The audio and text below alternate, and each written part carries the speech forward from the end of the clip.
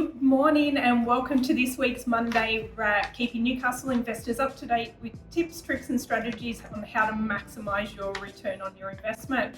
I'm Nicole, Hoare, investor consultant here within our team. I'm on the couch on my own. Casey's away having certainly a well-deserved break. We'll be back together next week for the Monday Wrap. Obviously, with our investors or potential investors who follow us, know that when I'm talking about a topic, it's generally relevant to some conversations I've been having during the week. But before I get started in that, I actually want to touch on our numbers on the last 7 days, just to give you a bit of an overview. So we actually had 127 tenant inquiries. We had total of 16 inspections scheduled, so that was including our Saturday opens.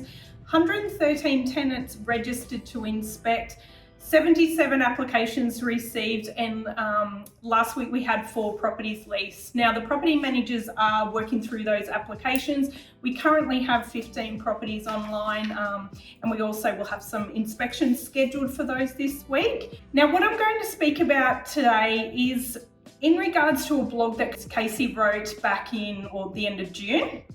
And it's just a little bit about what's the best agency for you. So I have had some conversations in the last week with owners having a chat with me regarding about changing managing agents, or new investors trying to work out which agent they would like to work with. Now, if you're a new property investor, or as I said, a current investor, most investors initially will come and say to me about the question on fees. Now, my recommendation with what I do is when it comes to fees and charges, have a look at everything as an overall. Like, just don't focus on that fees and charges. And I know Casey and I have spoken about it in the past, but you need to have a look at the team that you're working with. They do have a premium service for you. So, and I can hand on heart say that is our team for you. You also need to have a look at days on market. So comparing the days on market from agency to agency, this will allow you to crunch your numbers just to make sure on how much money you can save and how much more money that will put back into your pocket as well. Now, in regards to experience, you need to dig a little bit deeper. So just to understand the dynamic of the team, how they're structured, the systems and processes, knowledges that the team actually have. And you want to make sure you have a reliable agency to work with also.